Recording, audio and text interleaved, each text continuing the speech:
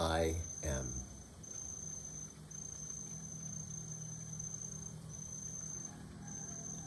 The sweetie is not doing well right now.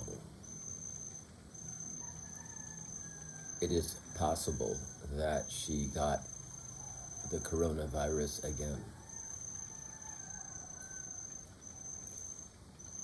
She is susceptible to lung invasions because of the way she coughs a lot. I think it's a family trait.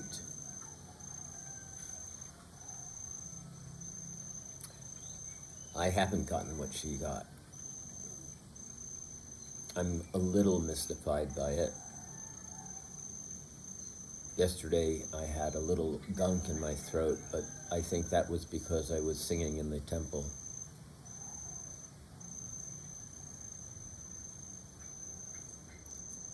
When she is not feeling well, it breaks my heart.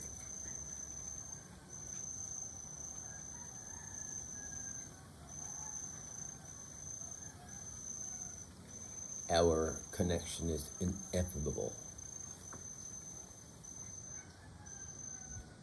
There are so many things about why we are together.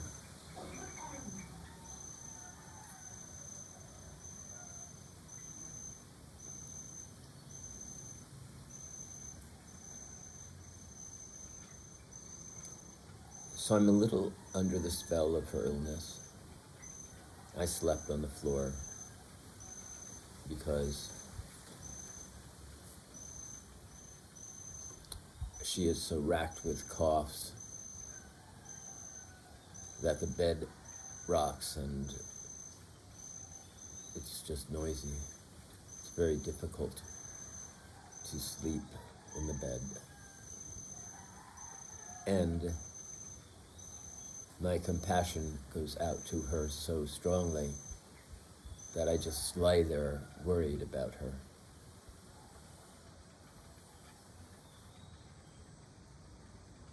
I am rooting for her and her body to destroy this infection, this monster, this attacker.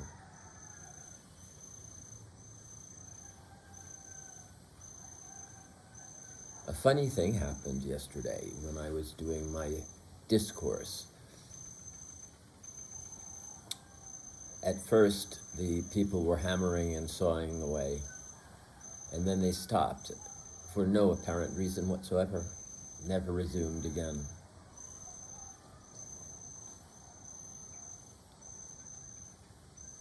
I welcomed that, but it was surprising.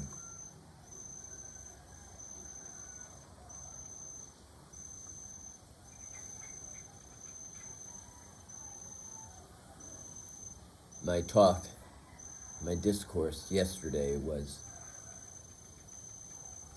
passionate, full of rage, full of the pain of rejection that the society has heaped upon me since I was 2. So it was intense, but when I looked back at it, I loved it. It was so moving. I expect that if anybody watched it, many were taken aback, somewhat.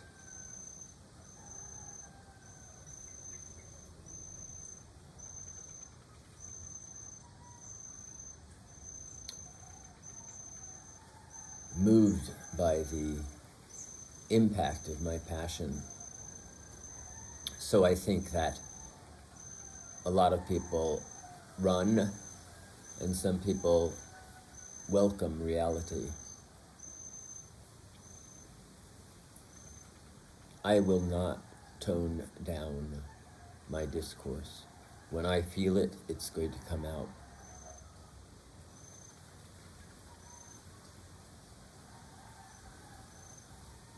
I will not give up my USA citizenship, although I am extremely critical of that country.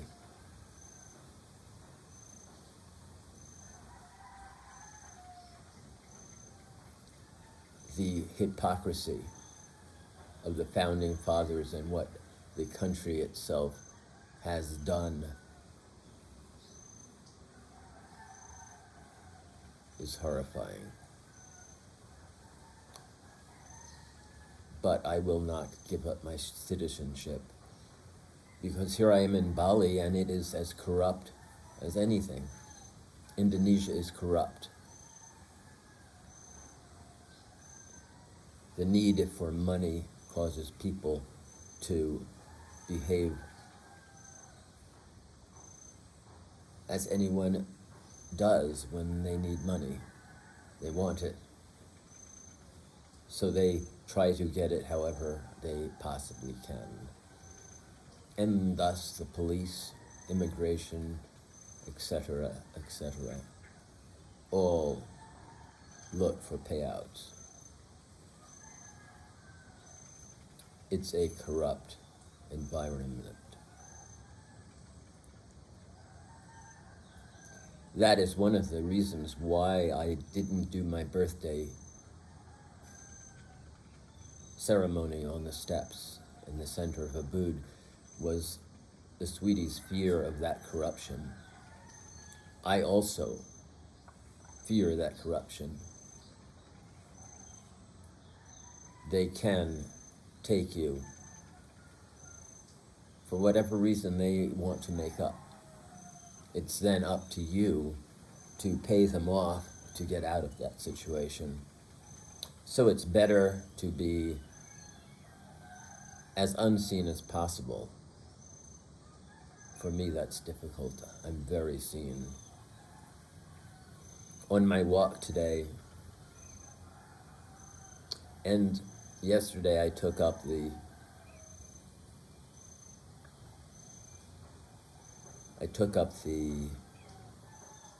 behavior I took up the behavior of wearing my bells when I walk.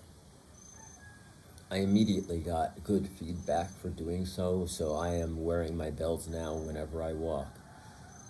I recognize then that these walks are walkabouts, and I'm just building up to walking and carrying the violin, dancing. I did stillness in sunny spots, and I felt like I was glowing.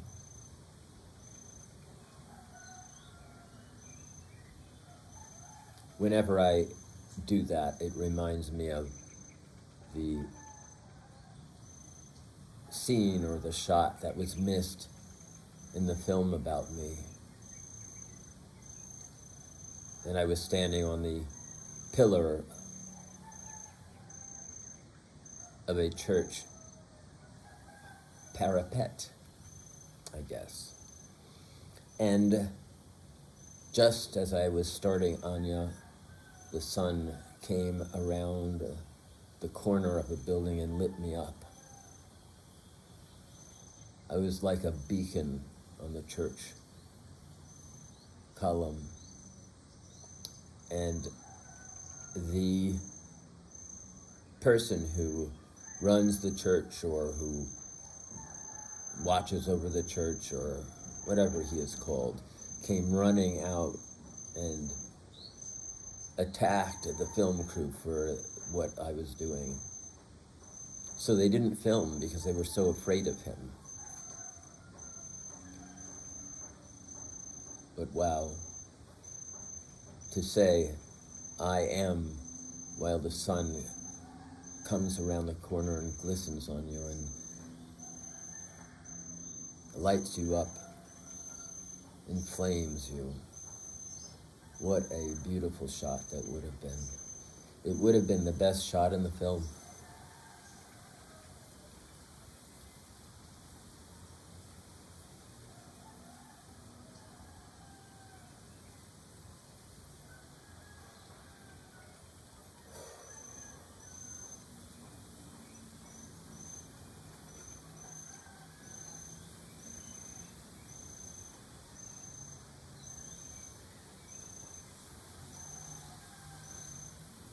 One of the very passionate discourses that I had recently that was lost because of the cache of the camera being too full was my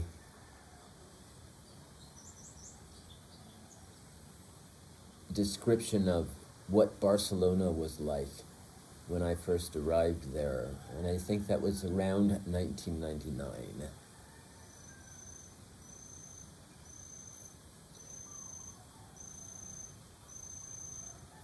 I was just coming into my full understanding of my devotion. Walkabouts were becoming part of my lexicon. And when I arrived in Barcelona, I experienced a city that was so perfect for what I was doing. Every place was resonant. Each cornice, Gaudi all over the place. If you don't know who Gaudi is, look him up. Squares, the Ramblas, places forever to play. I was having the greatest time. And they also had a Buskers Festival come around at the time that I was there. It was Buskers heaven.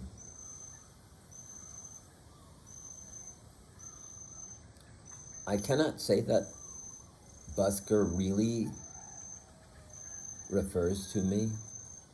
I have taken it as a word and applied it to myself, perhaps out of laziness.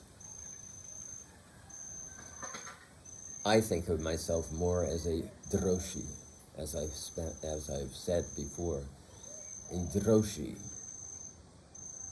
not a monk, but a type of monk who studies fine energy.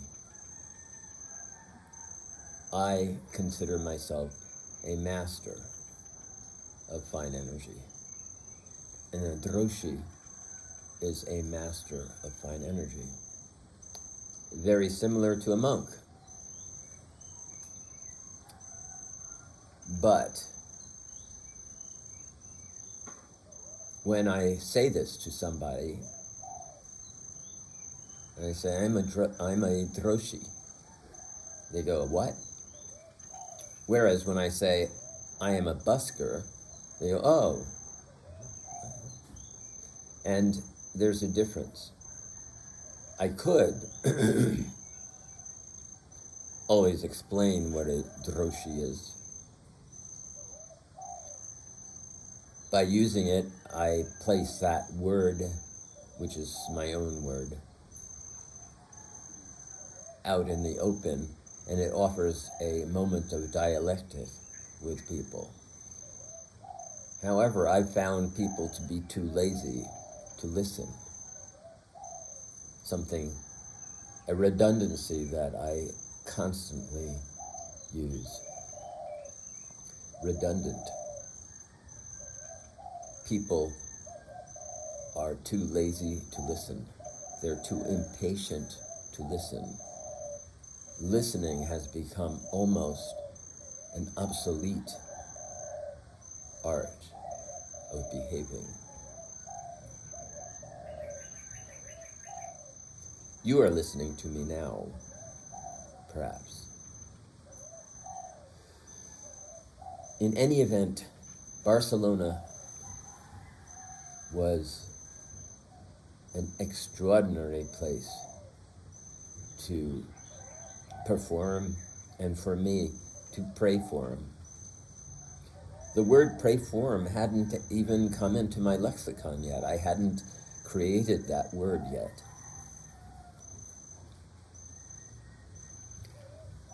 I will digress again, just for those of you who are confused by what I just said.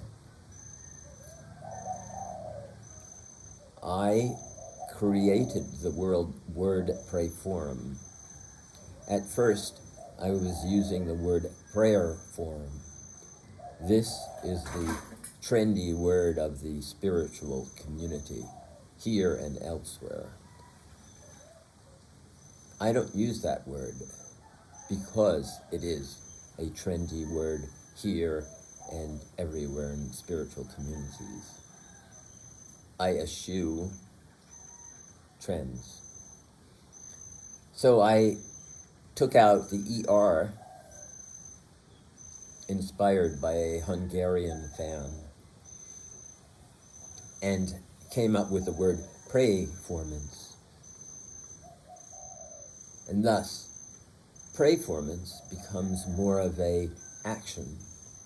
Prayerformance is more of a thing.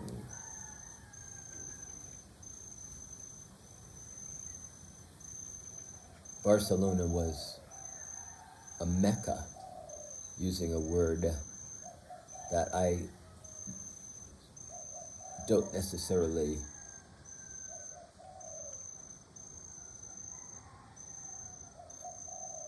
hold in my lexicon, but it applies.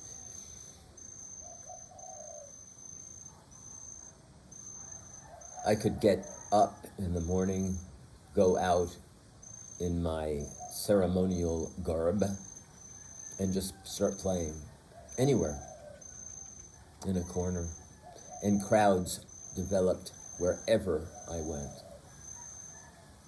It was an extraordinary time for me.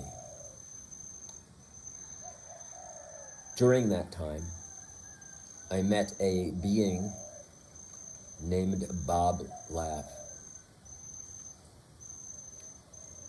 Bob Laff was an extraordinarily intelligent being, full of wonderful ideas. We hit it off so well. He, other than the sweetie, was one of the only people to recognize me so clearly. He followed me around when I was walking and playing, and he approached me in a way that with the respect and the honor that nobody does, except the sweetie. Bob Laff and I were in such close intellectual relationship. It was exceptional to be with him. Unfortunately, he talked too much. He talked too much and he talked too fast and he didn't listen well. But he was so smart that it was worth hearing some of his ideas and just enjoying being with him and, of course, fighting for the moments to talk.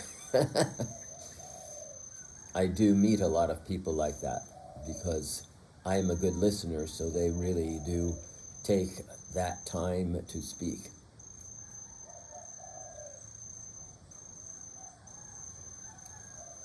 Bob Laff created a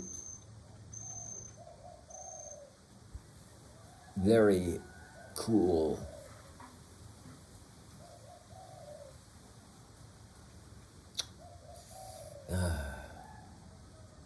let's call it a prognostication device. And he called it Mappa da Vida, the map of the world, or map of life.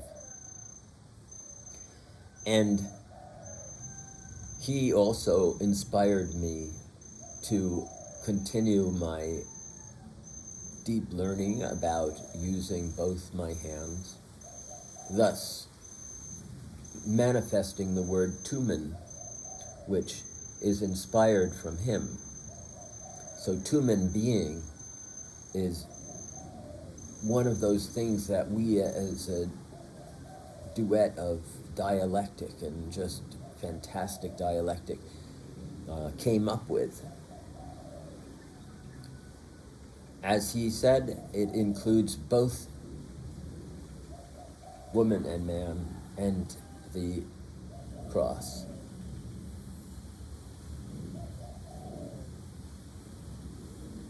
the ideas and the visions that he and I had together were exceptionally beautiful and futuristic. And this was in that Barcelona. It was a place to be at that time.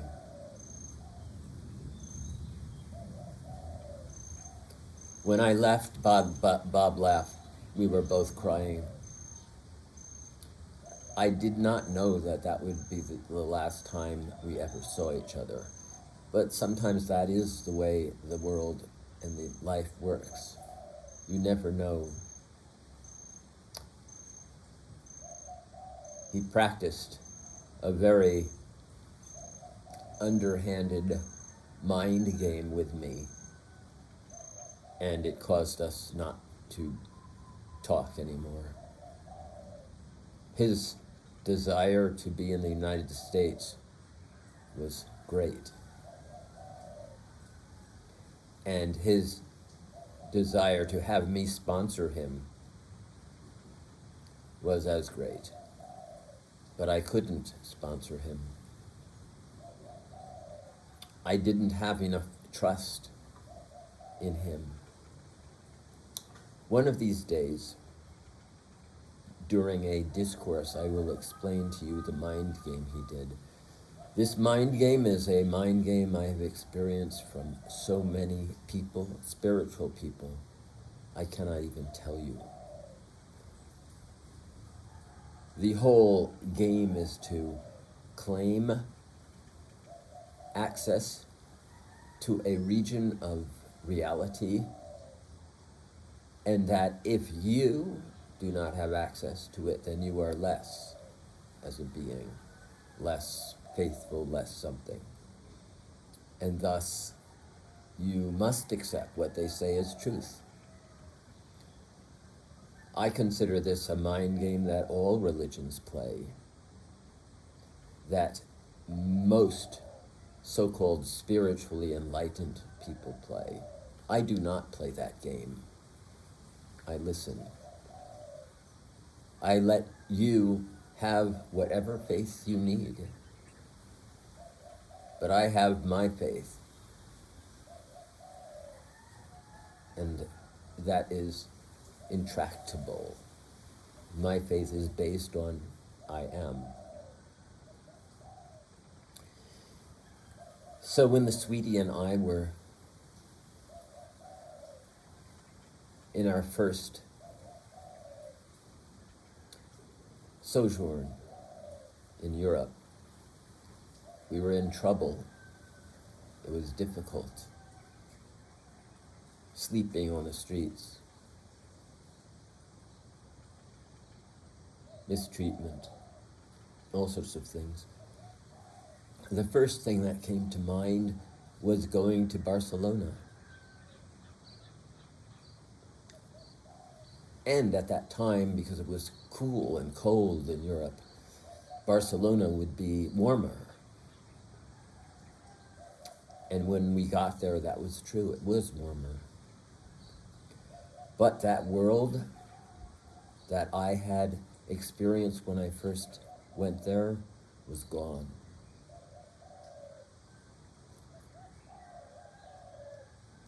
The excuse, which I recently heard when our neighbor yelled over the fence at me, is that the people of Barcelona wanted more quiet, and they didn't want buskers anymore to be playing wherever. Part of that issue, of course, is electronics and drums. People who play drums play them loudly. People who use electronics play them loudly. Both suffer from the same desire to play loudly. Dynamics are fairly unheard of. Listen to any DJ and tell me if that's not true. They turn up their volume as loud as they can, and they claim this to be a wonderful method of spiritual connection for their dancers. And dancers all seek that now. They all want the music so loud that it can burst their blood vessels, vibrates their spine and their column, and they see this as being spiritually ecstatic dance. Spiritually, I am awakened because here I'm dancing and the music is just moving me so strongly. Oh, DJ, God of music. In any event, Barcelona was gone. It had become a oppressive environment.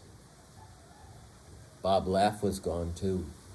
He had to go back to Brazil because I think he was forced to. He had no more quitas, or he had no more immigration papers to stay in Barcelona.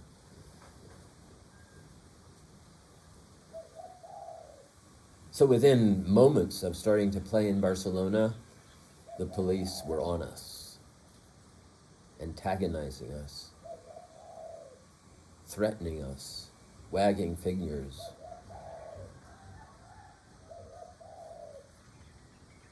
I couldn't believe it. Is this true? This place where I had the most extraordinary experiences of performing for people and people's response being so open. Was this true? The police were threatening us with taking our instruments, with arrest, with confinement if we continued to play? Yes. I soon found out that yes, it was true. Thinking that perhaps if we just walk around and play, they can't bother us when we are in one place. Because of course, here we are, we're free, we're walking around, we have our instruments, we have bells on, and we're singing. But the police surrounded us, chased us down. We had a video of it one day. And took our violins. Stole them, as far as I'm concerned. Stole our violins. It cost us 400 euros of a pocketbook that was empty to get them back.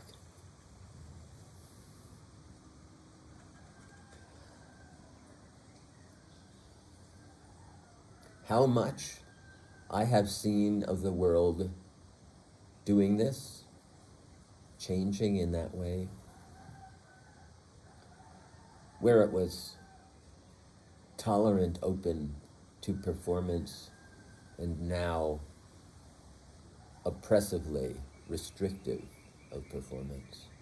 I cannot tell you how much that has happened everywhere.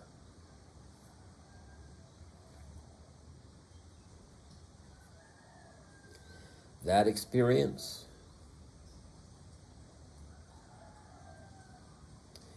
is extremely hurtful. It places in one's heart and one's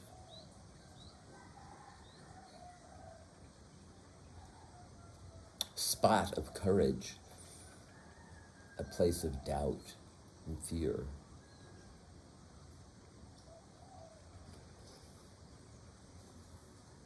It was present when I wanted to do my birthday ceremony on the steps in the center of Ubud, in a corrupt country, with awareness that police can just take things from me because they want to,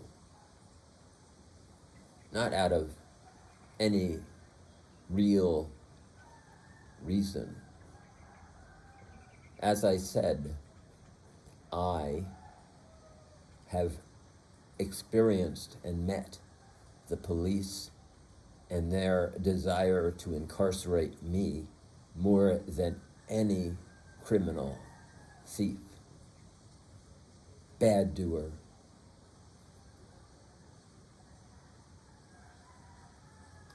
That's because they're all really secret. That's because they do their bad behavior in secrecy. So they steal, they rape, they hurt other people. They commit their bad behavior in as secret a way as they can. Whereas I, knowing that I'm motivated by a heart of love and a heart of passion and a place of of extreme devotion, am fully open in my expression. I am quite visible. I am quite a target for oppressive beings. And police in general are oppressive beings. They do the easy thing and claim that they're doing something good. The easy thing is to take violins away from these beings who are not doing anything and claim that we are. Therefore, they can, in their puny brains, believe that they are doing something for society, that they are protecting society from something. This woman, this neighbor, she also is of that same ilk, an oppressive being, a being who seeks to close down something, shut down something for the sake of so-called quietness. Do you do that too? I don't do that. However, when a DJ turns up the music and it's thumping me across the street from where the people are dancing and I am not interested in his music, I do want them to be quiet. And I do want them to be quiet because it is not their power. They are misusing power. The power is electricity. It is not them. Because if you pulled the plug on them, if you pulled the plug on almost all the musicians in the world right now, they would be incapable of the same sonic presence. Almost none of them.